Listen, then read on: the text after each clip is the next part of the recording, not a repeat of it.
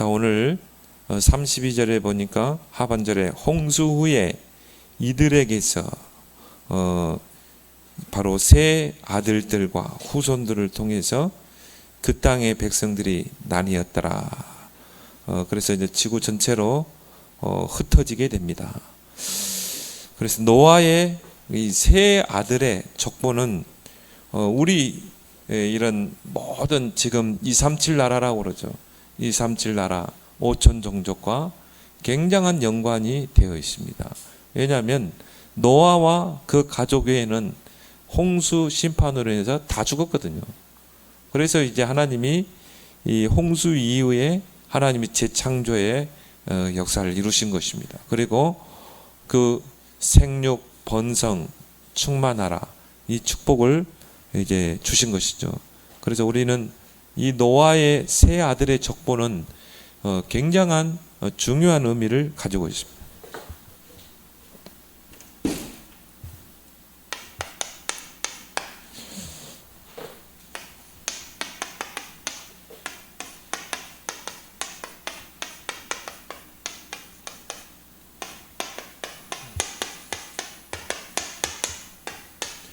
그래서 우리가 족보라고 할 때는 토레데토라고 그러죠.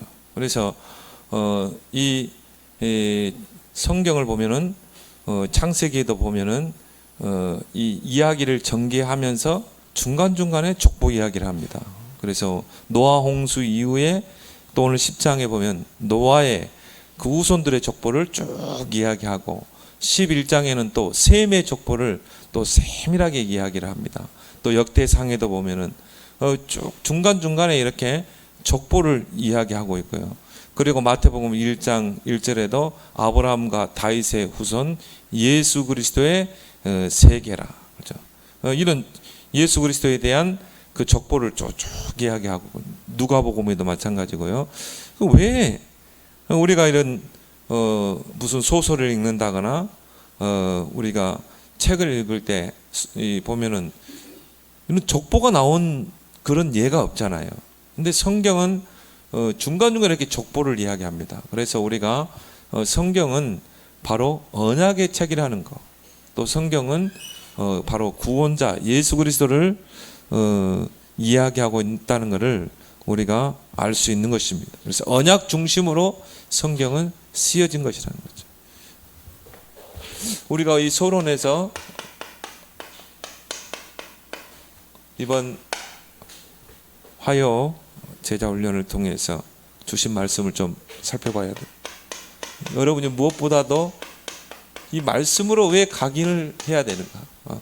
우리 안에 다른 것들이 많이 들어와서 이 각인되어 있거든요. 그래서 각인된 대로 결국은 나오게 되어 있거든요. 그래서 우리가 이것을 이 말씀을 통해서 완전히 각인을 바꿔야 돼요. 우리 인생을 편집해야 됩니다. 새롭게 편집. 그래서 말씀은 창조의 능력이 있고, 말씀 안에 생명이 있고, 또 그 말씀은 살았고 운동력이 있어서 우리의 혼, 영, 관절 고스를 찔러 쪼갠다고 그랬죠. 치유하는 능력이 있습니다. 또 하나님의 말씀은 영원히 살리라. 우리가 말씀으로 언약으로 붙잡으면 반드시 성취된다 이 말이에요. 하나님 말씀의 1.1핵도 땅에 떨어지고 성취된다고 그랬거든요. 그래서 우리가 이 말씀으로 우리의 각인을 완전히 바꿔야 돼요. 그래서 다윗은 복 있는 사람은 여호와의 율법을 즐거워하여 묵상하는 자라. 그래서 우리 자녀들이 정말 어릴 때부터 이 말씀에 뿌리를 내리고 말씀의 흐름을 따라가고 또 이 말씀이 정리되고 그 속에서 진짜 나의 오직이 나오게 되거든요. 나의 CVD, IP가 선명하게 붙잡아지는 것입니다. 그래야 이제 나의 인생이 편집되게 되어 있거든요. 그래서 왜 그렇게 말씀을 우리가 각인시켜야 되는가? 왜 말씀으로 우리의 인생을 편집해야 되는가? 이 속에서 하나님이 내게 주신 이게 나오거든요. 오직. 이건 내 것이 아닙니다. 하나님의 것. 중요한 거는 저와 우리 여러분들 또 후대들이 이걸 찾아내야 돼요. 하나님의 것. 내 것으로 하니까 결국 한계가 오게 되죠. 모세가요, 내 것으로 언약을 붙잡았어요. 어릴 때 어머니를 통해 언약을 붙잡았지만 내 것을 가지고 하려고 하니까 결국 한계를 맞게 되잖아요. 그래서 그 나이 80세 호렙산에서 이걸 붙잡은 것입니다. 하나님의 것. 내가 능한 손으로 너와 함께 하겠다. 모세의 지팡이가 이제는 뭡니까? 하나님의 지팡이를 쥐고 가냐. 그거는 뭐예요? 내 지팡이 가지고는요, 아무것도 할 수 없어요. 하나님의 지팡이를 들고 왔다. 10가지 재앙을 내렸죠. 그 말은 10가지 문화를 바꿨다 이 말. 홍해를 가르는 역사가 일어났다. 그래서 우리 자녀들이 어릴 때부터 이런 말씀 속으로 계속 가고 흐름을 타고 그 속에서 내 인생을 정리하게 되면 어느 날 이게 딱 나오게 되거든. 이제 끝나는 거야. 그걸 가지고 이제 유일성이에요. 나의 오직을 찾지 못했는데 어떻게 유일성으로 가겠습니까? 다윗이 정말 나의 오직을 찾으니까요. 골리앗을 이기고 왕 앞에 가는 유일성의 자리. 그걸 가지고 뭡니까? 우리는 재창조의 작품을 남겨야 돼요.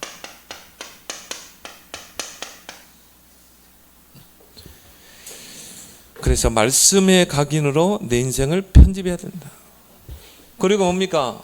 기도로 정말 뿌리를 바꿔야 된다. 뿌리 내린 대로 열매 맺게 돼 있어요. 뿌리는 땅에 묻혀 있기 때문에 안 보입니다. 여러분 만나는 사람 보입니까? 뭐가 뿌리 내렸는지 몰라요. 근데 그 뿌리가 나중에 싹이 나고 그게 크면 열매가 나타나잖아요. 그렇죠? 그래서 우리가 빨리 뿌리를 바꿔줘야 돼요. 그래서 기도를 통해 뿌리를 발견한다. 그렇게 해서 우리 인생을 새로 설계해야 된다. 새로. 어느 정도 24시 기도의 행복을 누리도록. 그래서 기도를 딱 한 단어로 설명하면 뭡니까? 믿으죠. 하나님이 나와 함께 하신다. 이게 24시 정말 누려줄 정도로. 그렇게 해서 우리의 뿌리를 완전히 바꿔야 돼요. 기도는 뭡니까? 하나님께 내가 집중하는 거죠. 그 속에서 임마누엘, 하나님이 우리와 함께 하신다. 모든 것을 합력해 선을 낸다. 온네스. 이게 기도입니다. 그래서 정말 기도의 뿌리를 통해서요, 하나님이 나와 함께, 우리와 함께 모든 것을 합력해 선을 이루시는, 여기에 이제 내 인생이 딱 설계된. 그리고 증인의 삶.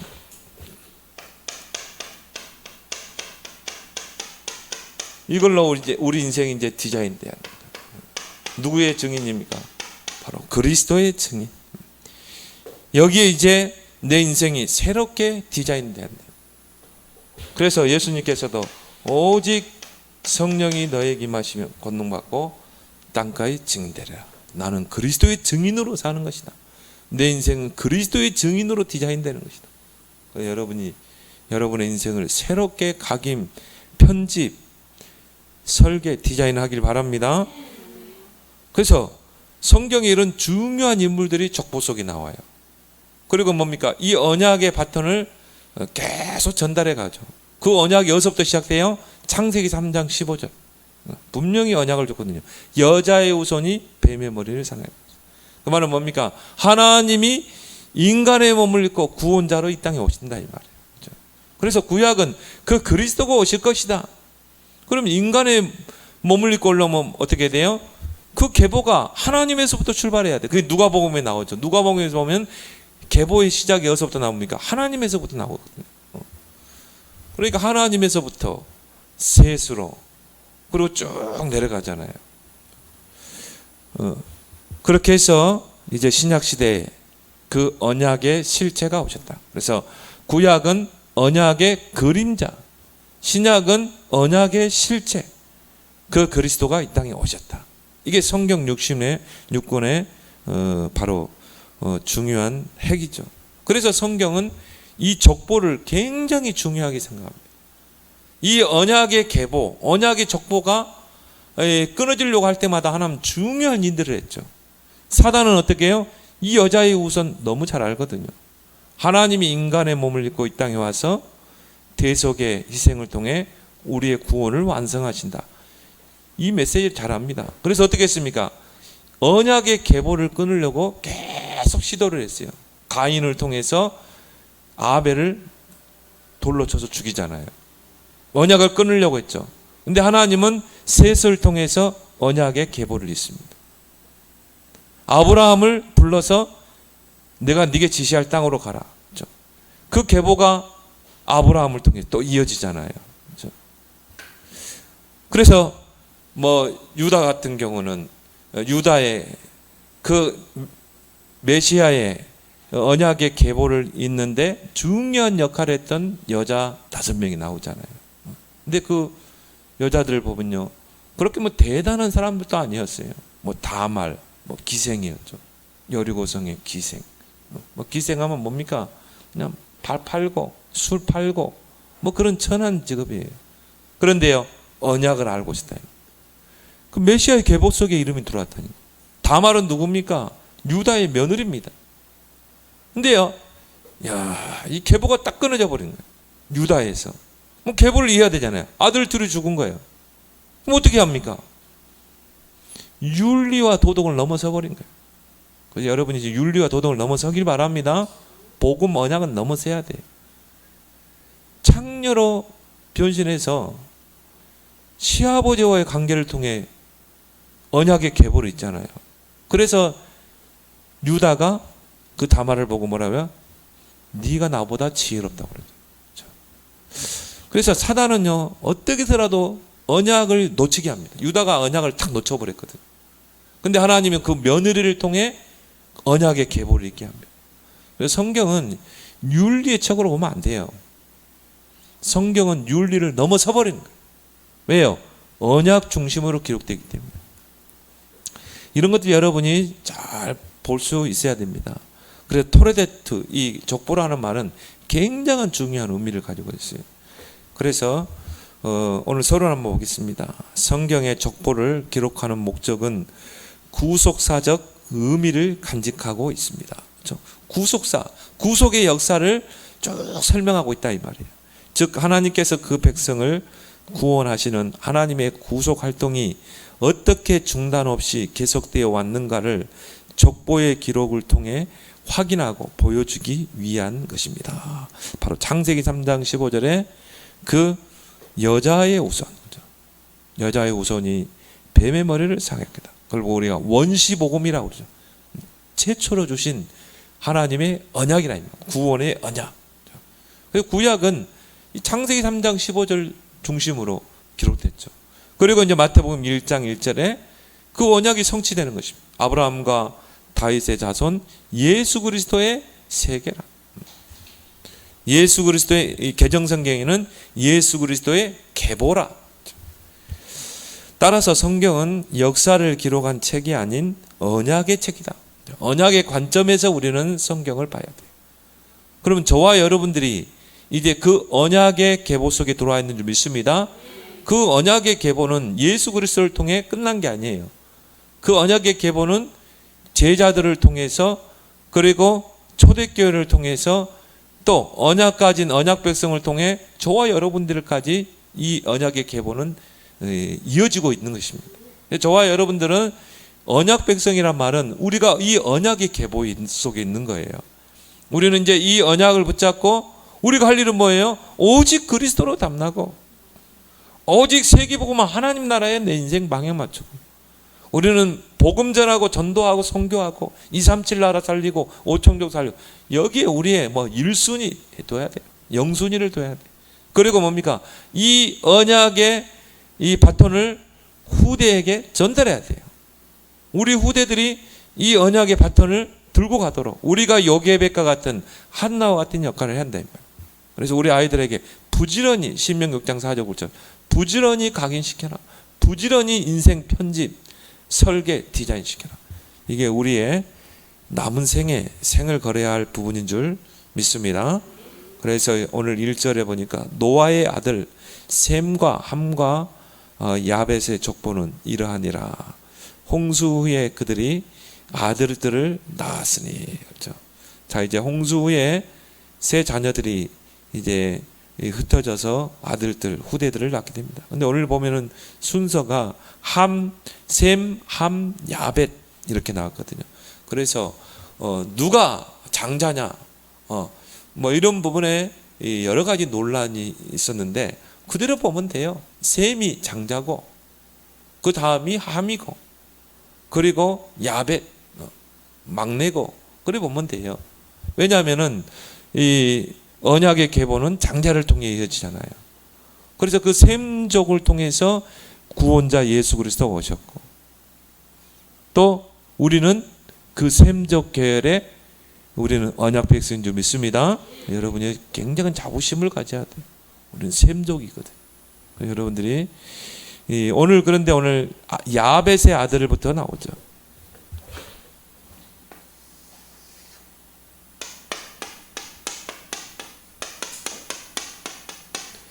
야벳의 후손들이 먼저 나옵니다.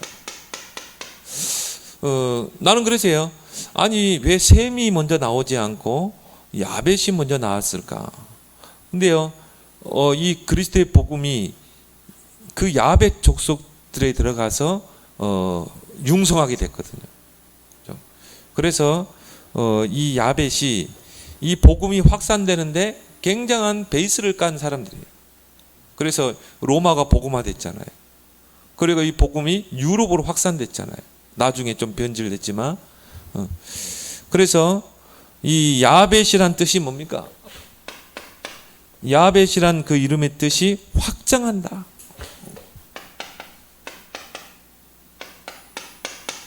넓게 한다. 그런 뜻이 있고요. 그리고 열린다. 그래서 이 야벳의 후손들은 흩어져서 굉장한 문명을 도시국가를 건설하고요. 문명을 발달시키는 지금도 그렇죠. 지금도 보면은 거의 이 야벳의 후손들이 미국을 비롯해서 저 유럽 백인들이죠. 굉장한 문명을 발달시키고 있잖아요. 그래서 이 야벳의 후손들은 백인종입니다. 되게 백인종이고요. 그리고 유럽 서방 세계의 민족을 형성했다.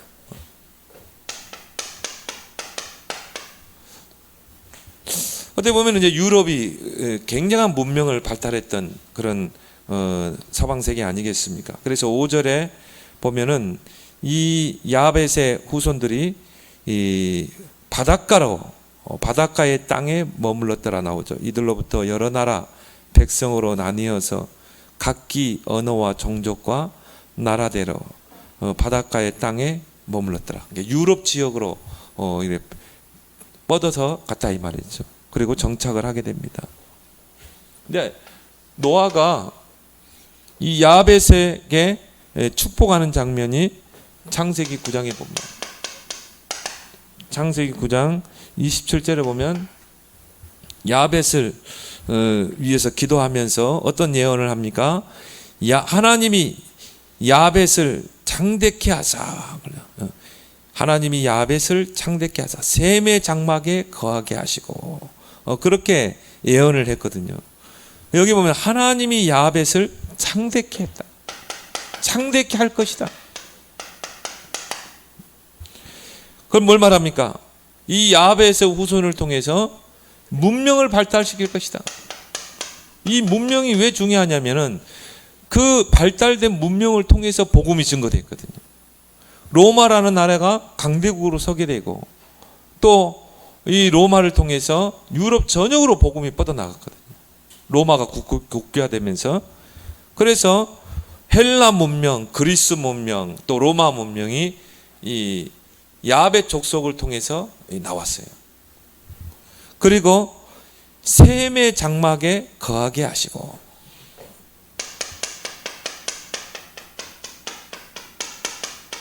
셈의 장막에 거하게 될 것이다. 그 말은 뭘 말합니까?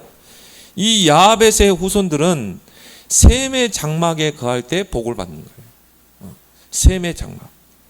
그래서 이 강대국 로마에 이 복음이 전파되죠.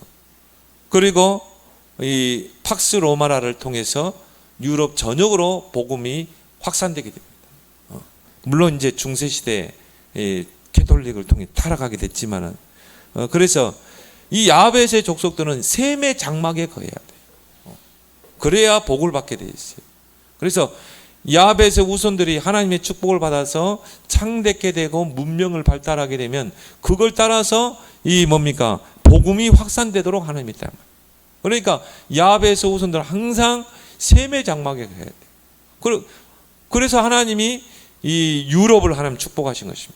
영국이나 유럽 또 미국 이런 나라들을 축복하셨어요. 근데 요즘은 오늘날 시대는 어떻게 합니까? 이 야벳의 후손들이요 셈의 장막에 거하지 않으려고 그래요. 그러니까 어떤 현상이 일어납니까? 결국은 로마 가톨릭은 타락하게 되고, 그리고 유럽의 나라들은 거의 기독교 국가가 뭐 형식적인 그냥 교회만 있고요. 영국 교회 다 지금 팔려가고 있잖아요. 왜 그래요? 셈의 장막에 거하지 않거든요. 그래서 복음을 놓쳐버리고, 유럽에 가면요 거의 무신론자들이 많습니다. 젊은이들이 거의 하나님 자체를 믿지 않습니다. 그래서 그 큰 교회들이요 할머니 몇 사람만 앉아 있어요. 허드슨 테일러를 파송했던 그 교회, 영국 교회. 결국 교회 운영이 안 돼가지고요. 비가 새는데 그걸 해결할 돈이 없는 거예요. 할머니들 몇 명 앉아요. 그래서 어떻게 합니까? 결국은 술집으로 팔려가고. 그거 봤잖아요. 왜 그래요? 셈의 장막에 거하지 않기 때문에. 그렇게 해서 지금 3단체가 이런 미국과 유럽을 다 장악하고 있죠.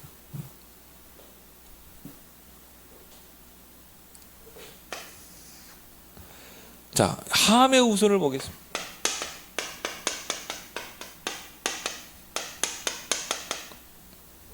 오늘 6절부터 20절까지 보면은 이제 함의 후손이 쭉 나오고 있습니다.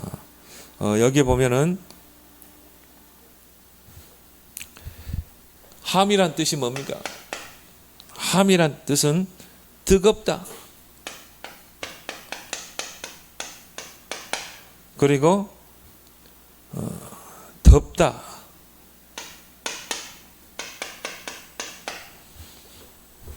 여기 뜨겁다 두 번 나왔는데요. 검다. 이런 뜻이 있습니다. 그래서 함의 후손들은 거의 흑인들이 많아요. 흑인들. 그래서 이 중동과 아프리카를 중심으로 민족을 형성하게 됩니다. 중동 국가 그리고 아프리카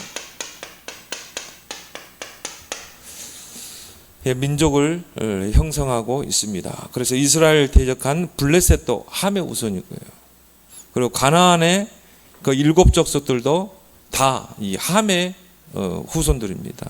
근데 오늘 이 창세기 9장에 보면 노아가 이 포도주에 취해서 하체를 드러내놓고 있을 때 그 야벳과 셈은 뒷걸음쳐서 아버지의 하체를 보지 않았거든요. 그리고 뭡니까? 그걸 가려줬거든요. 근데 함은 어떻게 했습니까? 그걸 보고 그거를 형들에게 고해 바쳤잖아요. 근데 왜 함이 이 죄를 범했는데 그 아들 가나안이 저주를 받습니까? 오늘 9장 25절에 보면 이에 이르되 가나안은 저주를 받아 그의 형제의 종들의 종이 되기를 원하노라. 그의 형들의 종들의 종이 되기를. 여기 대해서 뭐 여러 가지 이제 해석들이 있습니다. 가나안은 이제 함의 아들 아닙니까? 왜 함이 잘못했는데 그 아들이 그 죄값을 받냐 이 말이죠. 여러 가지 이제 해석이 분분합니다. 근데 이제 또 이제 이런 말도 있어요. 가나안이 성적으로 굉장히 좀 문란했다는 거예요. 근데 그거를 이 함이 이 제재를 못 시키고 교육을 제대로 시키지 못했다는 거예요. 왜? 함 자체가 영적인 힘이 없기 때문에. 함 자체가 영적으로 황폐되어 있기 때문에 그 자녀도 황폐된 상태였다.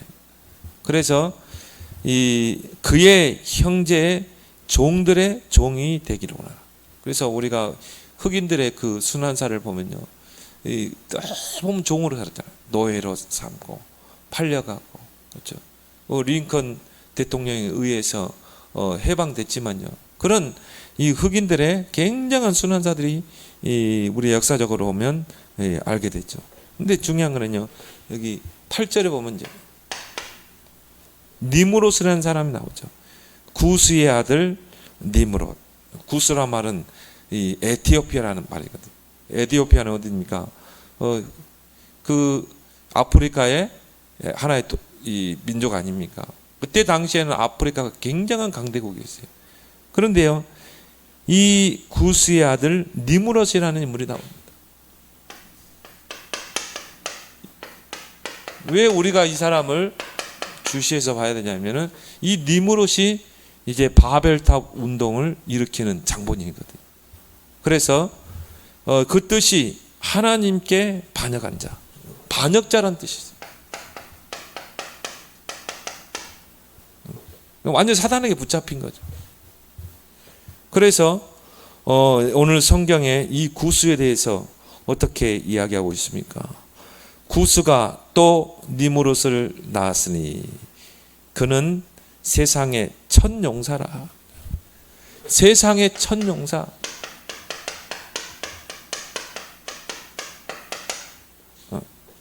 개혁성경에는 영걸 그랬죠. 그 뭘 말합니까? 굉장한 권세를 가지고 있어요.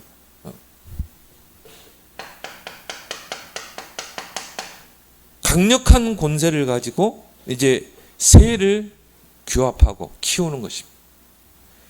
그래서 이 구절에 보니까 용감한 사냥꾼이라 그렇게 나와 있죠. 그가 여호와 앞에서 용감한 사냥꾼이 되었으므로 속담에 이르기를 아문은 여호와 앞에 니무롯과 같이 용감한 사냥꾼이로다. 사람들이 어떤 사람에 대해서 이야기할 때 니무롯을 이야기할 정도로 굉장한 용감한 사냥꾼.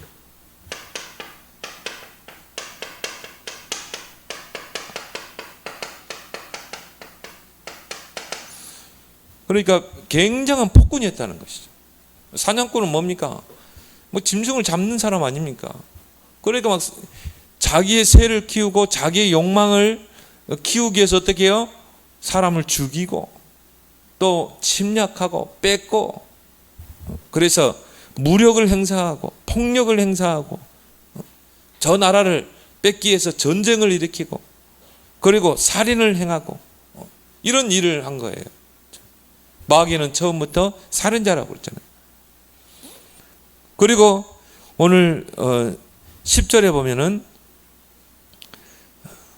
그의 나라는 그렇죠. 신할 땅과 바벨과 바벨이라는 이름이 나오죠. 바벨 또 에렉과 악깃과 악각과 갈레에서 시작되었으며 그가 그 땅에서 아수르로 나아가 니느와 루모델과 길라와 그렇게 나오죠. 자, 그의 나라 그랬습니다. 그의 나라.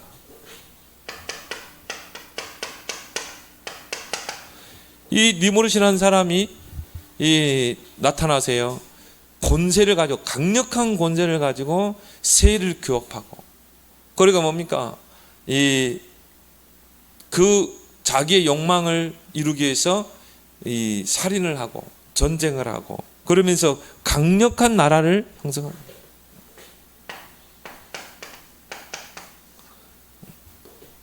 강력한 나라를 형성하죠. 그래서 고대 바빌로니아를 건국한 인물이 바로 니무롯입니다. 그리고 아시리아 제국을 건설한 사람이 바로 이 니무롯이라는 사람이에요. 그렇게 해서 그가 한 일이 뭡니까? 하나님 대적하는 일을 했거든요. 신할 평지에서 뭘 했어요? 바벨탑을 쌓았거든요. 성과 대를 쌓아 하나님과 비기자. 근데 얼마만큼 이 사람이 그 힘이 있고 이 권세가 강했냐면 모든 사람들이요 그 니무롯을 영웅으로 신과 같이 여겼다니까요. 당신은 신입니다. 그러니까 뭐 강력한 히틀러가 나올 때요 전 독일 국민들이 히틀러 했잖아요. 당신은 신이라는 거예요. 그 정도로 이 강력한 권세를 철권을 가진 인물이었다 이 말이에요. 그러니까는 그 니무롯의 말에 그 주변에 있는 사람이 다 동조했다니까요. 다 동조해서 어떻게 했습니까? 하나님 버리고 바벨탑을 쌓았잖아요. 그만큼 강력한 힘을 가진 자예요. 그만큼 이 사단에게 이용당하는 인물이었죠. 그래서 오늘 12절에 보면 및 니네와 갈라 사이에 레센을 건설하였으니 이는 큰 성읍을 쌓고.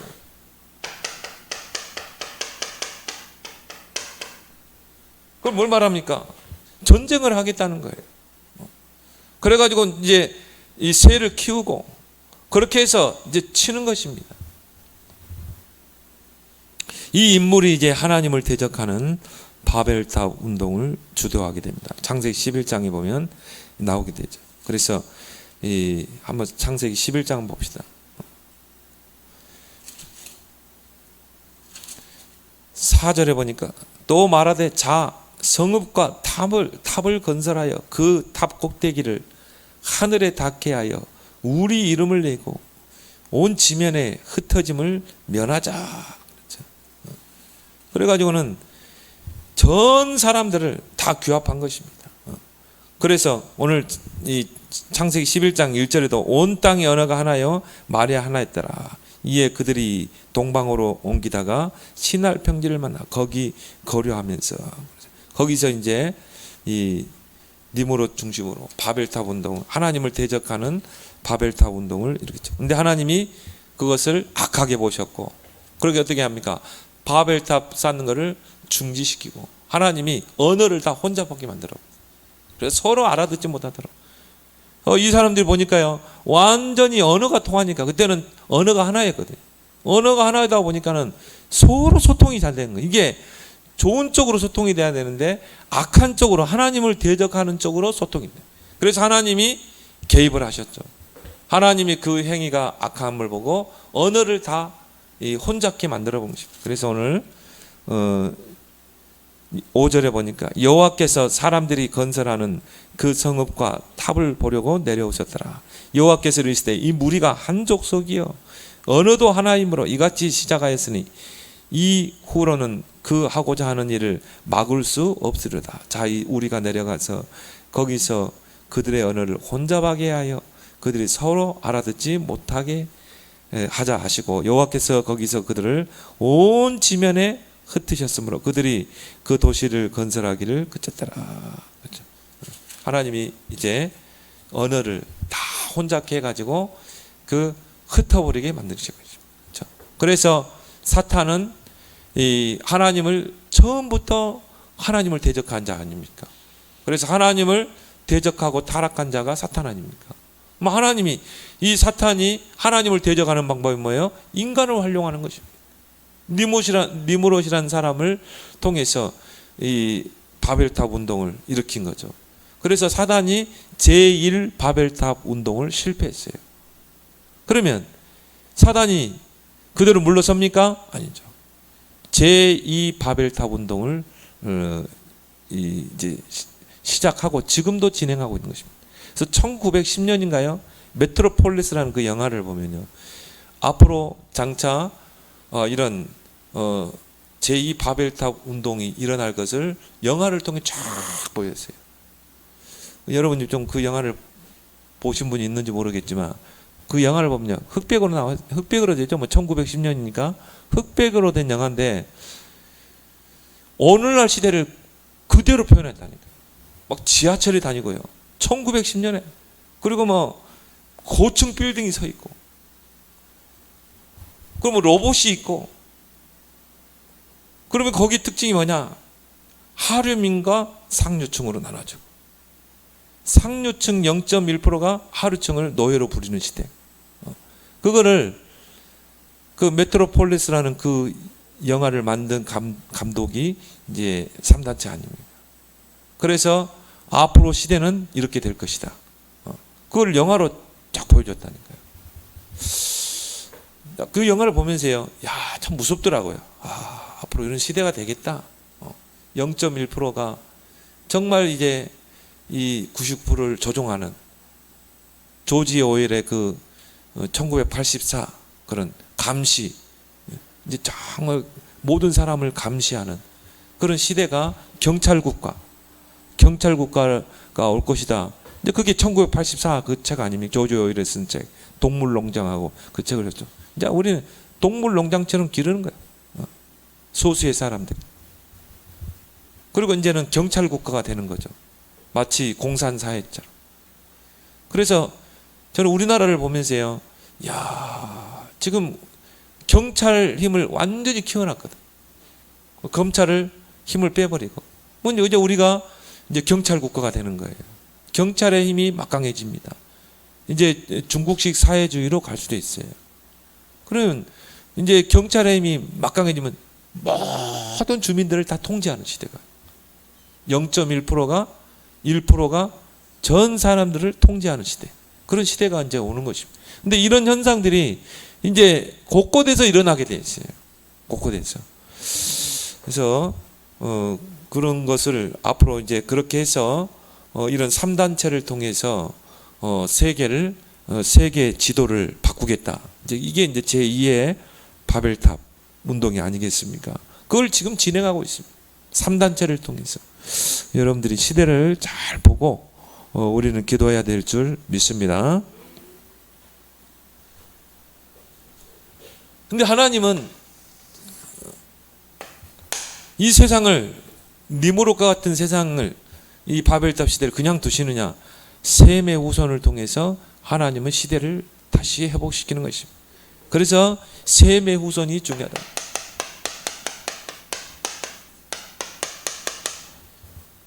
오늘 21절에서 31절을 보면 나오게 되죠. 그래서 이 창세기 10장에서 세 아들의 후손을, 노아의 세 아들 후손의 족보를 쭉 이야기하면서 창세기 11장에 다시 한번 셈의 족보에 대해서 언급하거든요. 그래서 창세기 11장 10절부터 보면은 이제 셈의 족보를 한 번 더 강조합니다. 왜요? 이 셈의 족보를 통해서 이 구속사의 그 계보가 이어지기 때문이죠. 이 셈의 후손들은 이제 이런 중동 지역에, 또 이스라엘 포함해서 중동 지역, 페르시아, 또 우리 한민족까지. 중국인들은 이 셈적으로 보지 않아요. 중국인들은 이 함족으로 봅니다. 함족으로. 우리 이 민족하고는, 중국하고는 전혀 달라요. 전혀 다른 민족입니다. 거기는 함의 후손이고 우리는 셈족의 후손이에요. 그래서 셈이라는 말이 뜻이 뭡니까? 명성, 유명한 그런 뜻이에요.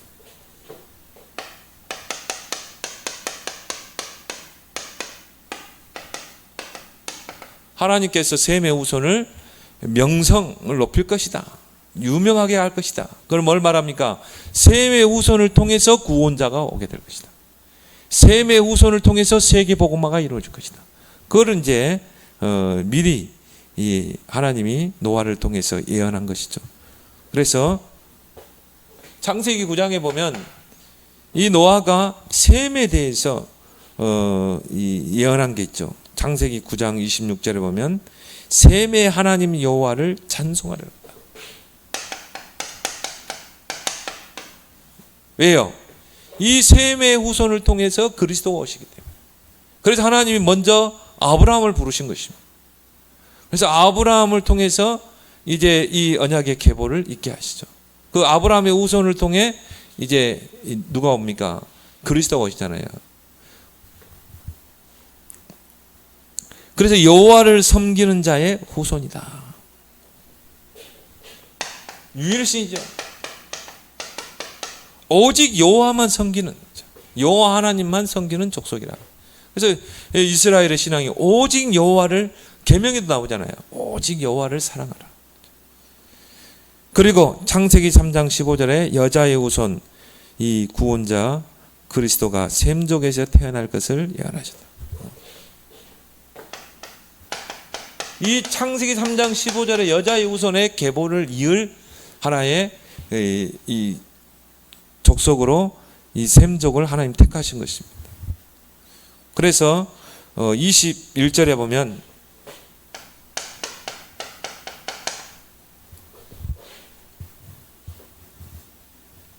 셈은 아벨, 예벨 온 자손의 조상이요 야벳의 형이라 그에게도 자녀가 출생하니. 그렇죠. 이 셈의 후손이 에벨이라는 것을 강조하고 있죠. 이 에벨이 굉장한 중요한 역할을 했던 인물이에요.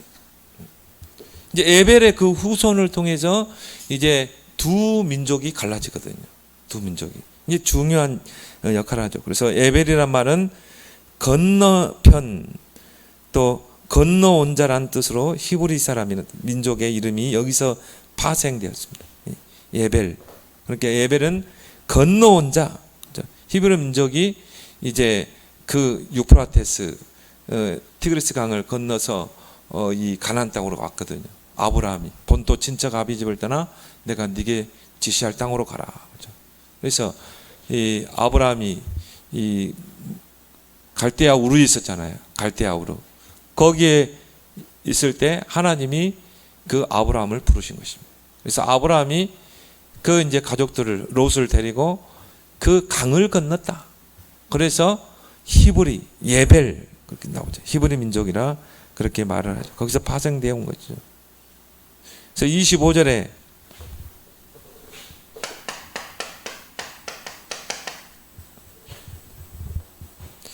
예벨은 두 아들을 낳고 하나의 이름은 벨렉, 하나의 이름은 벨렉. 자, 벨렉이라 하였으니 그때의 세상이 나뉘었음이니라. 그렇죠? 벨렉이란 뜻이 나뉘다 그런 뜻이거든요.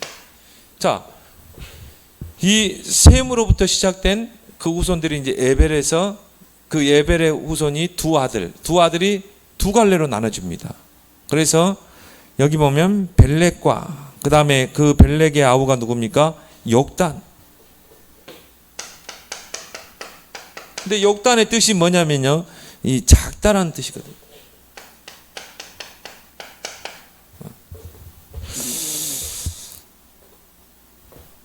그때의 세상이 나뉘었음이니라. 그렇죠. 그래서 여기에 대해서 이제 여러 가지 이제 해석들이 나오게 되고요. 그럼 우리 한민족은 어느 후손인가? 이제 이런 부분이 이제 많이 신학자들 통해서 논쟁이 일어났어요. 그래서 어떤 사람 우리 한민족은 야벳의 후손의 후손이다. 이렇게 이야기하는 학설이 있고 또 한 학설은 셈의 그 후손이다. 이렇게 이제 이야기하는 학설이 있습니다. 그래서 이때 이제 이 니무롯을 통해서 바벨탑 운동이 일어납니다. 지역에 있는 모든 사람들을 다 교합해서요, 하나님을 대적하는 바벨탑 운동을 일으키는데, 이제 어떤 학설은 이 벨렉은 그 바벨탑에 가담하러 간 거예요. 나중에 뉘우치고 이제 다시 동방으로 이동했지만 유일하게 그 바벨탑 운동에 동참하지 않은 그 족속이 바로 욕단 후예다. 그래서 그 욕단 후예는 바벨탑 운동에 가담하지 않고 이 동쪽으로 향해서 빠져나왔다는 거죠. 새로운 길을 가게 됐다, 이렇게 이야기합니다. 그 증거가 이제 오늘 이제 30절에 보면 잘 좀 나와 있습니다.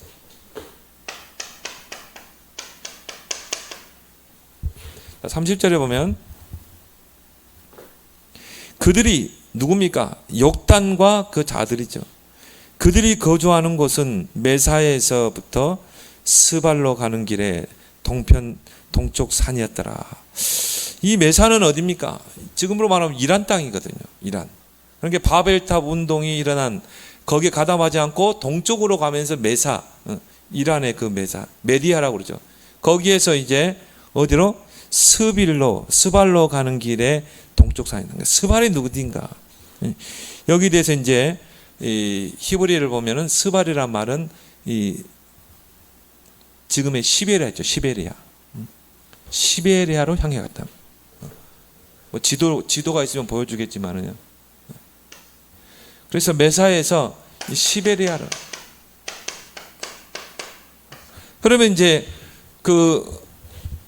이란의 그 메사에서부터 시베리아로 가려면은 이 세 개의 산맥을 넘어야 돼요. 그게 이제 파미르 고원입니다. 파미르 고원을 넘어야 돼요. 그리고 천산 산맥, 또 텐진 산맥이라고 그러죠. 저도 이제 거기 올라가 봤거든요. 그 케이블카 타고 이제 카자흐스탄의 그 천산을 올라가 봤거든요. 천산 산맥을 넘어야 돼요. 그리고 알타이 산맥을 넘어야 합니다. 우리 민족을 알타이 민족이라고 그러잖아요. 이 세 산맥을 넘었다. 파미르 고원과 천산 산맥과 알타이 산맥을 넘어서 그러면 이제 시베리아 볼판이 나오거든요. 시베리아를 거쳐서 바이칼 호수를 지나서 우리 민족을 북방민족이라고 그러죠. 북방민족. 바이칼 호수 주변에서 거기서 거주하면서 이제 우리 민족이 오늘 여기 보면 뭐라 나왔습니까? 동쪽 산이었더라. 그렇죠. 스발로 가는 길에 동쪽 산이었다는 게 동쪽에 해 뜨는 곳. 그 동쪽 산이 어딘가? 백두산이라는 거예요. 백두산.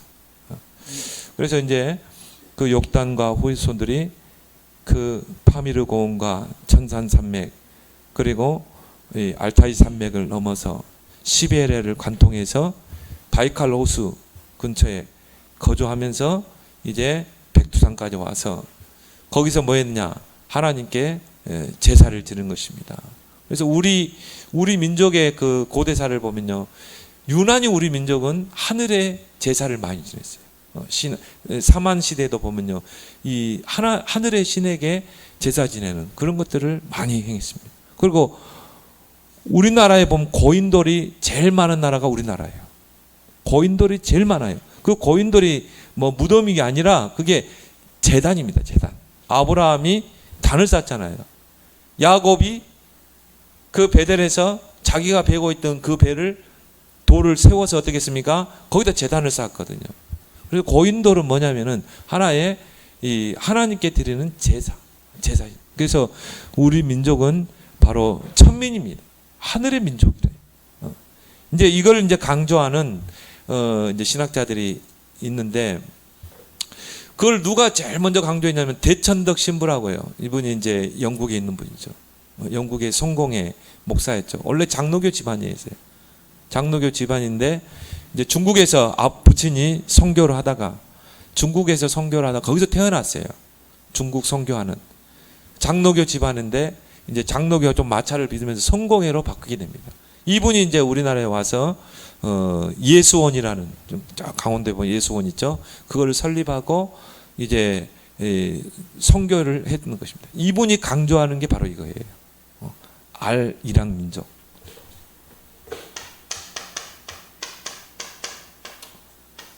요걸 강조해요. 그러니까 우리 한국의 신학을 보면은 거의 서구과를 그냥 가져온 거거든요. 우리 민족의 신학이 없어요. 거의 서구의 그 신학, 서구 중심의 신학이지 우리 민족의 그 신학이 없거든요. 그런데 우리나라 사람도 아닌 그 외국인 선교사 대천덕 신부는 미리 알았어요. 대천덕 신부만 한 게 아니라 저 서구의 정말 이 성경 신학자들이 앞으로 세계복음화의 중요한 역할을 할 민족이 한민족이라는 걸 알고 있다 이 말이에요. 그리고 저 이스라엘에 이 메시아닉 주 크리스찬이 있습니다. 메시아닉 주 크리스찬의 말은 이 유대교를 믿지 않고 예수 그리스도를 메시아로 인정하는 그런 목회자들이 있고 교회들이 있습니다. 근데 메시아닉 주 목사님들이 거의 이걸 강조해요. 앞으로 한국을 통해서 하나님이 세계복음화를 이룰 것이다. 그런 흔적들이 이사야서에 보면 많이 나와 있어요. 동쪽에 해 뜨는 나라에서 민족들이 올 것이다. 또 바울도 로마서에도 보면은 이스라엘을 시기하게 할 것이다. 이제 이런 부분들이 로마서 10장 19절에 보면 이스라엘을 시기하게 할 것이다. 근데 우리 민족만 우리나라의 정체성을 모르는 거예요. 왜냐하면 워낙 불교가 강했고 유교가 강하고 그걸 누르고 있기 때문에. 저는 또 한편으로 하나님이 우리 민족을 숨겨두셨다. 그래서 역단이라는 뜻이 뭡니까? 작다. 그 뜻이거든요. 그래서 하나님이 이 예벨의 두 아들 벨렉과 역단 이 사이에서 두 개를 나눴자. 그래서 하나님이 먼저 그 아브라함과 그 후손, 벨렉의 후손이죠, 를 통해서 한 민족을 이루고 메시아가 오는 역할을 했다. 그렇지만 그 유대인들은 그 예수 그리스도 십자가 못 박았거든요. 그러면 그 복음을 받아들이는 그 한 민족, 하나님이 역대한 민족을 감춰두셨어요. 철저하게 감춰두시고 하나님이 이제 마지막 때 세계 복음화를 위해서 준비한 민족이다. 이렇게 보는 것입니다. 그래서 저는 그렇게 봅니다. 앞으로 이 통일이 되면 하나님이 그 역사를 이룰 것이다. 거기에 저와 여러분들이 서 있는 줄 믿습니다. 그래서 이 아리랑 이 말이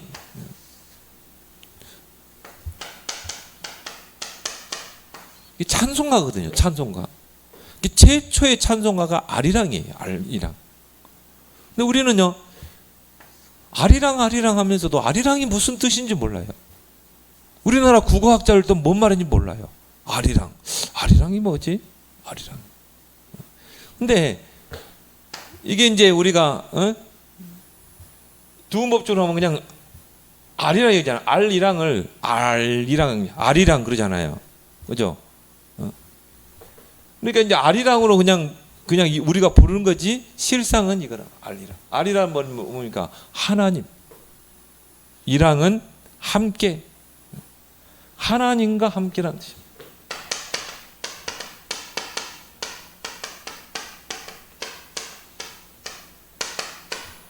하나님과 함께라는 뜻이죠. 그래서 아리랑이에요.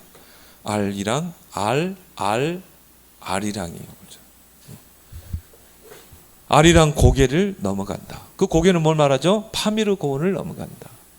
또 텐산 산맥과 알타이 산맥을 넘어간다. 나를 버리고 떠나는 이는. 거기서 이제 중간에 너무 힘드니까 많이 떠나갔어요. 그래서 지금도 그 실크로드 주변을 쭉 조사해 보면요, 우리나라 한민족의 DNA가 비슷한 사람들이 많고요. 그리고 우리 한민족이 했던 그런 마늘, 마늘을 좋아하는 민족 우리 한국 사람밖에 없어요. 일본 사람도 마늘 싫어하고 중국 사람도 마늘 싫어합니다. 근데 그 주변에 특히 바이카로스 쪽에 그 주변에 보면요, 마늘을 좋아하는 사람, 또 절구, 맷돌질, 그건 지게 문화, 이런 비슷한 문화들이 많이 있어요. 우리 얼굴도 비슷하고. 제가 중앙아시아 가보니까 진짜 우리나라 사람 똑같아요. 얼굴이. 언어만 다를 뿐이지. 그래서 그 주변을 보면 한민족의 그런 이 뿌리들이 많이 그쪽에 흩어져 있는 것들을 보게 됩니다. 그래서 우리 민족의 최초의 건국이 고조선 아닙니까? 그 고조선이요, 벌써 저기 중국 저 바이칼까지 갔잖아요. 그까지 큰 세력이 있었잖아요. 그래서 하나님이 마지막 때를 위해서 하나님 이 나라를 유일하게 분단국가입니다. 그래서 우리 민족은 이 하나님이 택한 민족이라는 증거가 뭐냐면, 우리 민족은 흰 옷을 좋아해요. 우리 민족은. 그래서 우리가 이 고대 시대에 보면은 조선 시대에도 다 흰 옷이잖아요. 모든 흰 옷을. 그래서 그만큼 배그 민족이라 이 말. 그만큼 하나님의 이 천민이라 이 말이죠. 하나님의 민족이다. 그래서 오늘 여기 성경 구절 여러분이 좀 찾아보시기 바랍니다. 이사야서 24장 16절.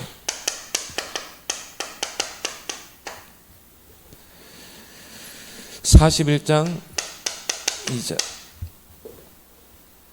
또 9절, 또 55장 5절. 이 바울도 그런 이야기 있죠. 로마서 10장 19절.